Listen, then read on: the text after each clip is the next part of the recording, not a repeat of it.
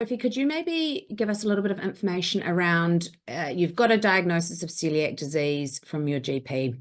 The numbers have come back, everything's feeling daunting. What might the next step look like? So generally down here in Canterbury, there are two main pathways. There's either where you would get through, you'd get referred through to a gastroenterologist first and foremost, a pediatric gastroenterologist if you're a child, and then you would either go down the pathway of, if your results were high enough, you could do a non-biopsy pathway with a diagnosis, or then you may need to have a biopsy. Your child may need to have a biopsy to confirm that diagnosis. And but the first port of call would always be your GP. And what I mean, for both of you, what is or maybe Mum, you can handle this one. What's the gold standard in terms of the biopsy route versus non-biopsy, just with the blood work results? Like, is there one option that is maybe better than the others? What does that look like? In adults, we would always go down the biopsy route. In children, depending on what your blood work returned, we'd always repeat that again just to make sure that we're getting the same results again. And there is a threshold whereby with certain factors that we're looking at, that the probability of celiac disease is so high that with confidence we can go down that non-biopsy route.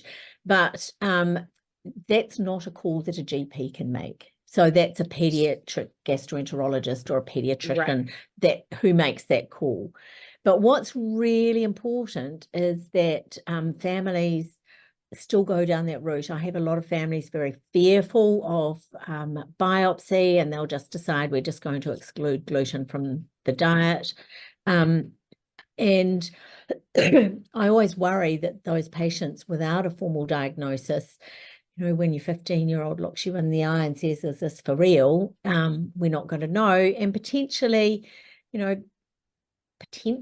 it might mean that some of the doors for other interventions further down the track, once science catches up with celiac disease, I worry that potentially, say, if there's any drug available that will either block the action of gluten or whatever, wherever we end up, that won't be available to everybody who thinks they feel better on a gluten-free diet. Right. And that likely correct me, Sophie, and add your perspective too, likely that would be available to those with a formal diagnosis.